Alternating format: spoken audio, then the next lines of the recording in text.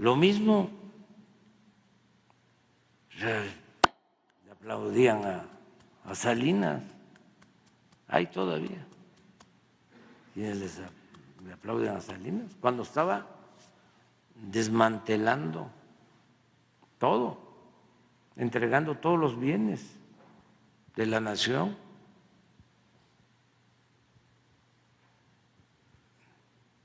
Porque estaban a favor de eso. Luego con Zedillo igual, a favor. Luego con Fox lo mismo, a favor. Calderón, pues imagínense que se hizo un fraude y se aplaudió el fraude de los pseudodemócratas. Y ahora, bueno, ¿por qué están en contra de la autosuficiencia energética? Porque pues ellos, de pura casualidad, que no fue así, no hay casualidades en política, desde que inician la política neoliberal, dejan de construir refinerías. Más de 40 años sin construir una nueva refinería, porque la política de ellos, en el mejor de los casos, es vender petróleo crudo y comprar gasolinas. Pues nosotros pensamos que no debemos de vender petróleo crudo, sino que debemos de darle valor agregado al petróleo crudo, a la materia prima, y producir aquí las gasolinas, no importarlas. Son dos posturas distintas. Entonces, cuando empezamos a construir la refinería, empiezan las críticas. Y hasta se refugian en el ambientalismo. ¿Cómo se va a estar utilizando petróleo?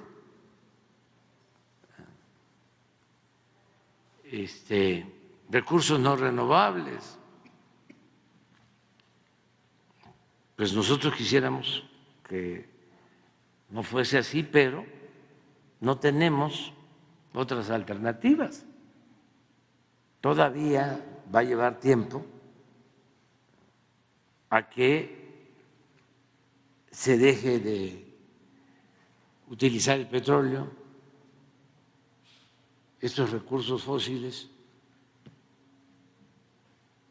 Cuando empezaron con ese discurso de que ya no iban a utilizarse las gasolinas porque todo iba a ser eléctrico, si hay algo de que me arrepiento es de no haber autorizado la compra de 2 refinerías más, porque hasta los petroleros, es increíble, se lo creyeron, de que ya no se iban a utilizar gasolinas, porque ya todo iba a ser eléctrico. Eso fue hace como 3 años. Así como cuando empiezan a hablar de que ya vamos a llegar a otro planeta, que el avance, ¿no?, tecnológico va a crear robots y ya no se va a necesitar la fuerza de trabajo, todo va a estar automatizado. Pues sí, quisiéramos eso, ¿no? Pero son procesos que llevan tiempo. Es que habían como 10 en venta en Houston a precios muy bajos. Esta empresa Shell tenía como 3 en venta. No tenía en venta la que compramos, la de Deer Park, pero esa sí nos interesaba mucho porque ya teníamos ahí el 49% de participación y ellos tenían el 51%, y por tener mayoría ellos administraban y decidían qué hacer con las utilidades. Y siempre decidían reinvertir las utilidades y a México no le tocaba nada. Este fue un acuerdo que se hizo en la época de Salinas. En vez de construir aquí una refinería, se asoció con Shell para tener esta refinería en Deer Park, en Texas. Entonces, cuando se da este ambiente de que ya venían los carros eléctricos y que ya nadie iba a usar gasolinas y que las refinerías ya eran obsoletas, entonces empiezan a bajar de precio y las empiezan a ofrecer en venta.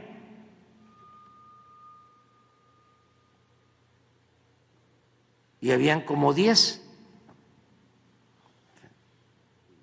Nosotros pagamos por el 51% de la refinería de Deer Park $600 millones. Y al año ya habíamos pagado. Y ahora tenemos una utilidad como de $1,000 millones.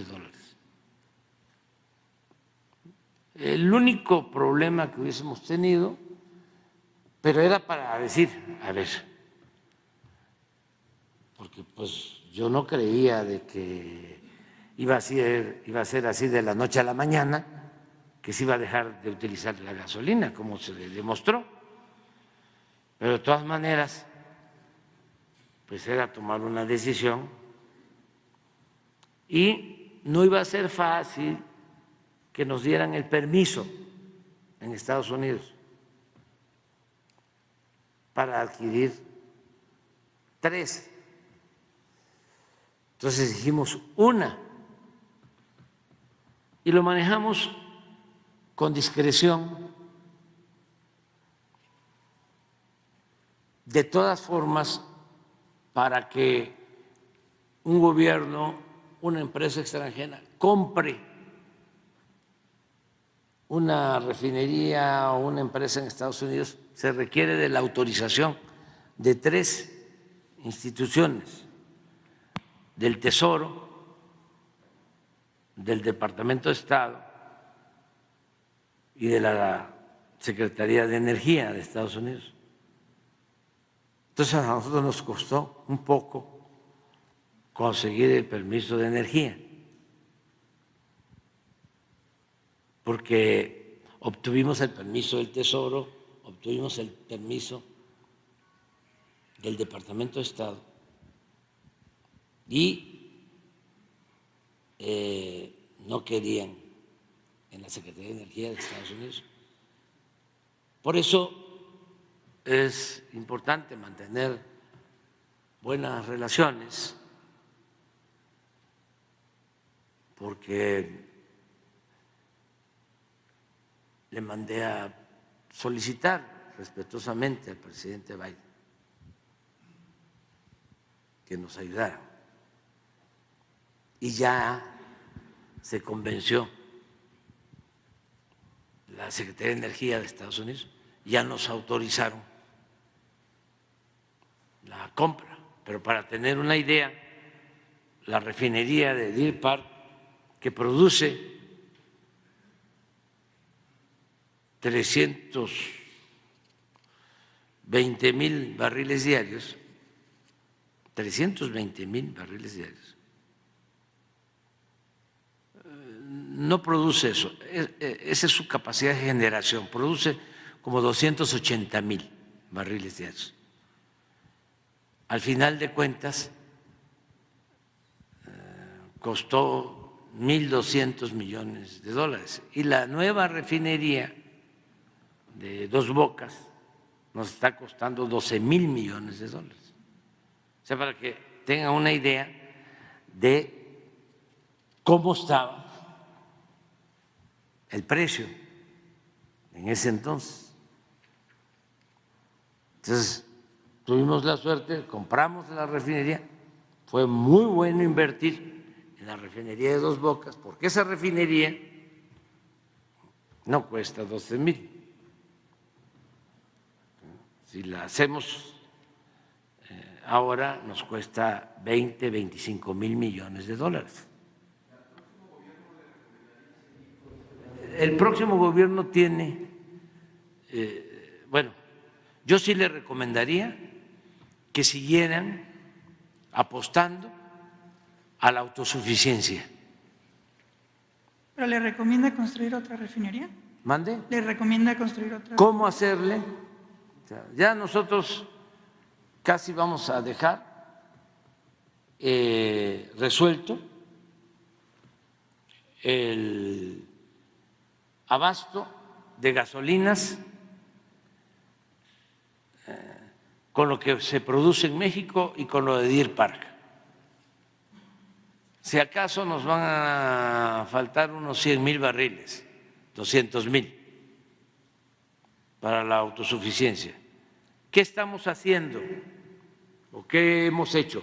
Primero, desde que llegamos, desde el primer año, desde el 2019, estamos invirtiendo año con año en hacer refinerías que nos dejaron, que querían estos irresponsables corruptos, léase Salinas, léase Cedillo, Fox, Calderón, léase los que estuvieron en periodo neoliberal, querían que desaparecieran. Y se los puedo probar con los resultados, porque las abandonaron. Es más, ya estaban vendiendo plantas al interior, que ahora estamos recuperando de las refinerías. Desde que llegamos dijimos, no podemos permitir que se conviertan en chatarra. Estaban produciendo el 38% de su capacidad, las 6. Recuerdo que cuando tomé posesión llevaba casi un año sin producir la refinería de Madero. Y la paradoja, a esa refinería le habían invertido como 2,000, 3,000 millones de dólares para reconfigurarla. ¿Qué hicieron? ¿Quién sabe? Entonces, ahora están produciendo las 6, ya aumentamos de 38 a 65% su capacidad de producción. Esas refinerías, pensando en el futuro, si se sigue con el plan de rehabilitación, si se le sigue invirtiendo año con año, se pueden llevar de 65 hasta 80, 90. Ya se tiene una capacidad para procesar en esas 6 refinerías hasta 1,200,000 barriles. Las traemos actualmente como en 800, llegamos hace poco a 1,000,000 de barriles diarios en las 6, solo con el plan de rehabilitación. Le estamos metiendo de 8 a 10,000 millones de pesos por año a las 6. Sí. Estamos buscando elevarlo a 1.200.000, la producción en las 6. Luego tenemos, para llegar a 1.200.000 en las 6, estamos trabajando en la construcción de una coquizadora en Tula. Porque, ¿qué sucede? Como son plantas ya antiguas y mal reconfiguradas por la corrupción, produce Salamanca, produce Tula gasolina, pero también producen mucho combustóleo. Entonces, es muy difícil sacar el combustóleo. Últimamente teníamos una producción como de 320 barriles en Tula de gasolinas, pero teníamos mucho combustóleo que tenemos que sacar y vender a menor precio, y sacarlo requiere de trenes para llevar a los puertos, y las empresas ferroviarias estaban saturadas, y en diciembre baja la capacidad operativa porque hay menos trabajadores, en fin, ya estamos resolviendo ese problema porque la coquizadora tiene como propósito procesar ese combustóleo y convertirlo en gasolina.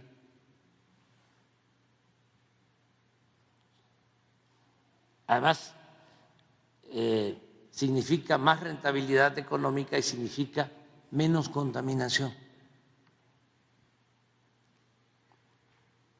Ya estamos avanzando en la construcción de la coquizadora. Es una inversión de $5,000 millones. Es como si fuese otra refinería en Tula.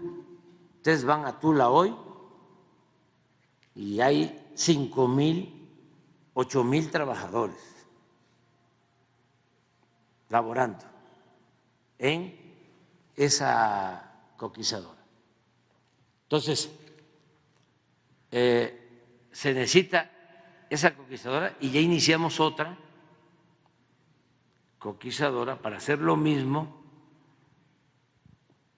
con el combustóleo de la refinería de Salina Cruz. Estamos haciendo una coquizadora también, igual que la de Tula, en Salina Cruz, otros $5,000 millones. Ahí también, si van a ver que hay 3, 4, 5,000, 6,000 obreros. Teniendo esas dos coquizadoras, para no tener tanto combustóleo, sino gasolinas y diésel, más la refinería de Dos Bocas, que va a tener capacidad para 280,000 barriles de gasolinas, ya empieza a producir a toda su capacidad el 28 de febrero. Para los que estaban muy desesperados. Y también que se conozca cuánto tiempo lleva construir una refinería. Me gustaría que fueran y que la vieran. O sea, a ustedes les invito el 28, quiero para que vean, es una magna obra que se hizo en un tiempo récord, también con un costo muy por abajo de lo que cuesta hacer una refinería así en el mundo. Entonces, ya el 28 de febrero empieza a producir ya con toda su capacidad. Ahí vamos a tener necesidad ya se autorizó de hacer un muelle especial en el puerto para sacar el coque, que también es un subproducto que queda después de producir las gasolinas. Hacia el futuro se va a resolver construyendo la vía del tren de Estación Chontalpa a Dos Bocas. Son como 120 kilómetros, pero ya no nos da tiempo a nosotros, pero va a quedar el proyecto terminado. Sin embargo, como tenemos el puerto de Dos Bocas, en barco vamos a sacar el coque. Ya se tienen también gasoductos construidos para esa refinería. O sea, ya está terminada. Estamos invitando a los directivos de Samsung. Trabajaron varias empresas, pero esta empresa es la que está haciendo la planta principal. Y los invité a los directivos porque han cumplido. Y vienen también autoridades de Corea, día 28 de febrero. Bueno, a esos hay que sumarle lo de Deer Park. En total es producir gasolinas para el consumo interno que ronda en 800, 900 mil barriles diarios. Entonces, hacia el futuro, si me preguntas, ¿qué hacer? Hay como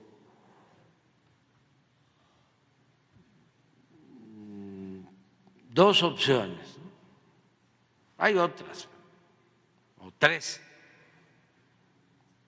Primero, seguir con el plan de modernización de las plantas que ya se tienen.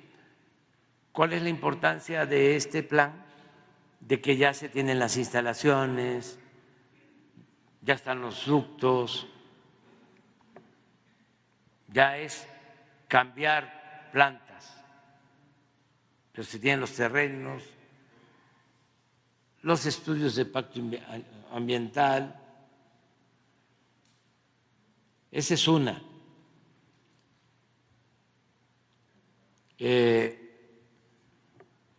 Y terminar las plantas coquizadoras. Nosotros vamos a dejar terminada la de Tula y terminada en obra civil la coquizadora de Salina Cruz. Pero va a llevar 6 meses, 8 meses que empiece a operar. Eso ya le va a tocar al próximo gobierno. Pero esa es una opción.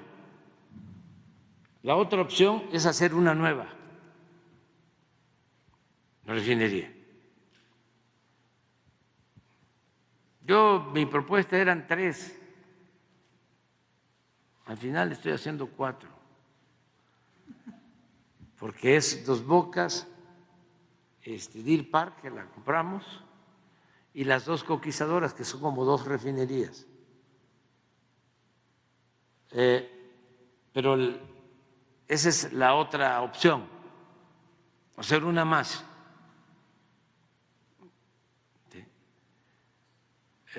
Ya con esto se resuelve el problema, ya no se compra combustible, en definitiva, hacia adelante.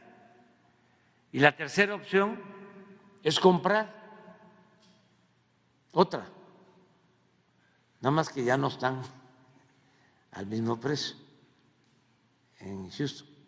¿Quién va a resolver esto? Pues a quien le entregue yo la estafeta. Pero tengo confianza de que se va a seguir avanzando en el rescate de la industria petrolera y de la autosuficiencia energética. ¿Cómo enfrentamos la crisis de la inflación que produjo la guerra de Rusia y Ucrania? En Estados Unidos se fue la gasolina, a diferencia de lo que está pasando ahora, hasta las nubes. Venían a cargar a México. ¿Por qué a nosotros no nos impactó tanto? Porque decidimos no aumentar el precio de las gasolinas. Eso se puede hacer cuando el Estado es soberano, cuando existen empresas públicas. Si es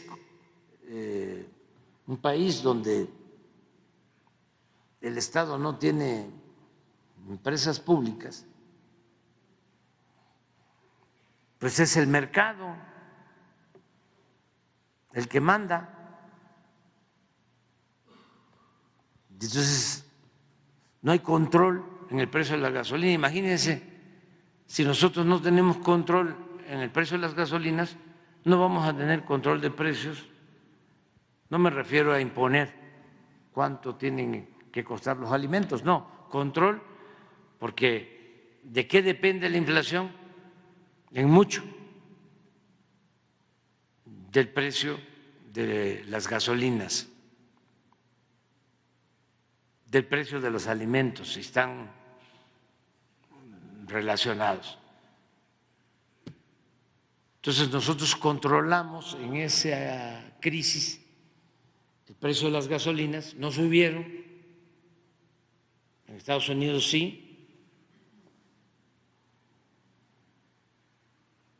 y por eso es importante que el Estado conserve estas empresas estratégicas.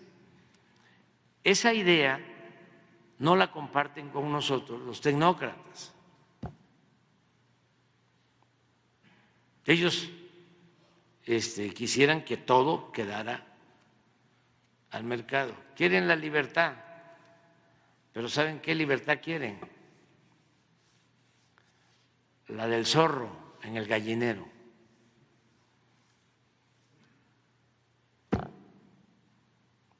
Pues eso no se puede. No se puede. Tiene que intervenir el Estado. No se puede diluir el Estado, o no se puede solo usar al Estado para proteger intereses particulares. El Estado tiene que cumplir una responsabilidad social. Entonces son diferencias, no es para pelearnos con nadie.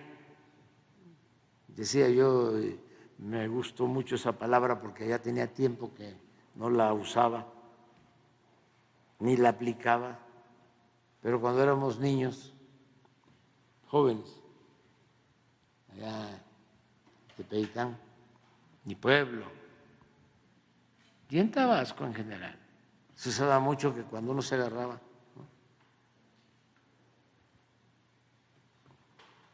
se le llamaba piñazos. No hace falta agarrarse a piñazos. Hay cosas más groseras, ¿no? Piñazo.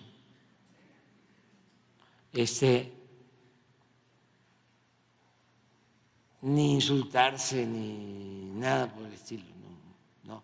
Nada más es entender, pues somos distintos, diferentes, y respetarnos,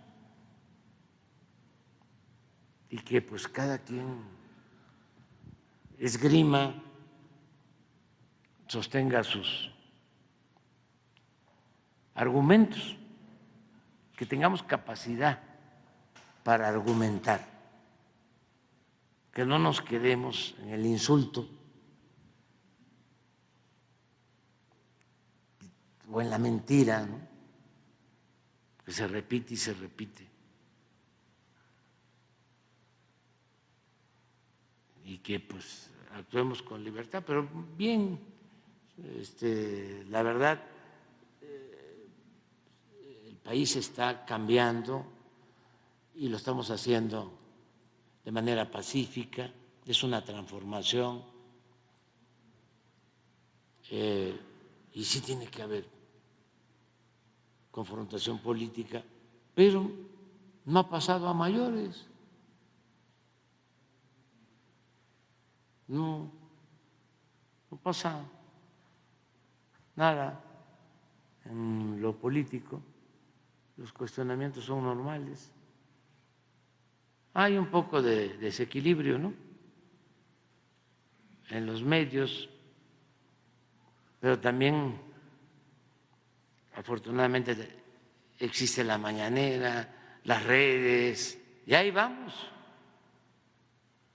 avanzando. Muchas gracias, presidente.